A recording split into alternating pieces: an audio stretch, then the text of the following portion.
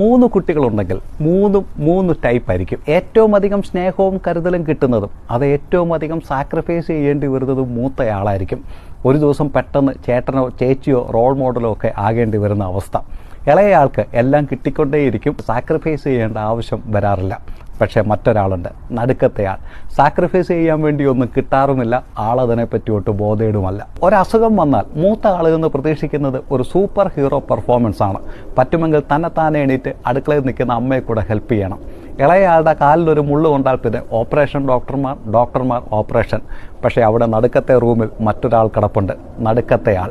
വേണയിൽ എണീറ്റോണം, വന്നു വല്ലതും കഴിച്ചോണം, പോയി കിടന്നോണം, നോബഡി കേസ്. വെളിയിൽ പോയി എന്തെങ്കിലും പ്രശ്നമുണ്ടാക്കിയിട്ട് വന്നാൽ അത് വീട്ടിൽ പറയാൻ മൂത്ത ആൾക്ക് വല്ലാത്തൊരു കുറ്റബോധമായിരിക്കും. അച്ഛനും അമ്മയ്ക്കും എന്നിലുള്ള പ്രതീക്ഷ, അവർ വിഷമിക്കില്ലേ? ഇളയയാൾ ഒഴിഞ്ഞു മാറാറാണ് പതിവ്, ഞാനല്ലല്ലോ പറയേണ്ടത്. പക്ഷെ നടുക്കത്തെയാൾ മേലും കീഴും നോക്കാതെ